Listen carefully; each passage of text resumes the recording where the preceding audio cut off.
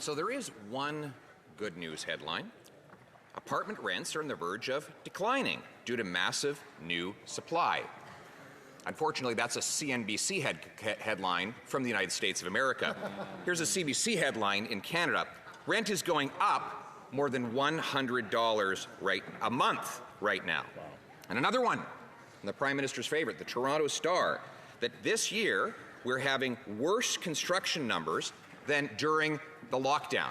Why is construction up and rent down south of the border when it's just the opposite here in Canada? Mr. Speaker, we know we need to build more rental constructions more quickly, and that's why we put forward a bill that removes the GST from new rental constructions across the country and on the federal side, and that is actually spurring thousands of new units to be built across the country. It's a very exciting measure, except unfortunately, Conservatives have chosen to obstruct debate on that particular measure. Why won't they line up with Canadians? Why don't they see that building housing supply is going to help Canadians right across the country? Why won't they line up with us and support Canadians across the country? Mr. Speaker, he's the one that's been obstructing that promise for the last 8 years since he made it. But since that 8-year period, the average rent has doubled. Mortgage payments have doubled. The needed down payment has doubled. It has been double trouble. And after doubling the cost, he created a $4 billion so-called accelerator to build homes.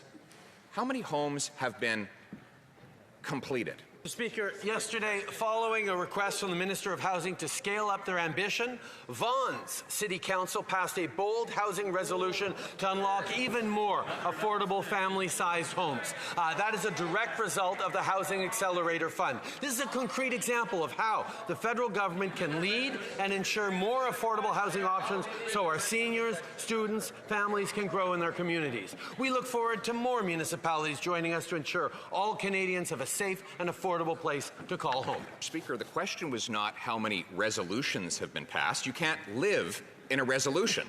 You can't live in a photo op. You can't live in a press release or a promise.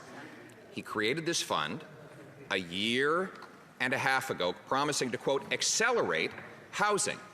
So how many houses have been completed? And by completed, I mean houses with walls and roofs and doors and people living in them. How many are completed? How many? Mr. Speaker, the Leader of the Opposition's housing plan consists of wagging a finger at municipalities and saying, you better build more homes or else. Mr. Speaker, we have a better approach than that. We actually work with municipalities to build more homes, and we're seeing the results of that housing plan. Recently, alongside British Columbia and the City of Vancouver, the member for Vancouver Centre announced the groundbreaking of the construction of 154 new affordable housing units close to transit in the heart of Davie Village, which will also house Community, which is a non-profit organization providing safe and secure services for individuals and families living with HIV/AIDS. Cannot live in an announcement. You can't live in a press release. You can't live in the Prime Minister's talking points, which he's having so much trouble reading, Mr. Speaker.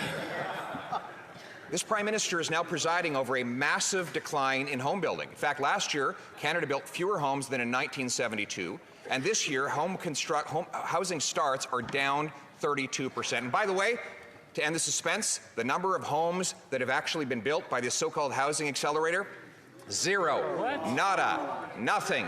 When will he stop the talk, end the bureaucracy, and finally get something built?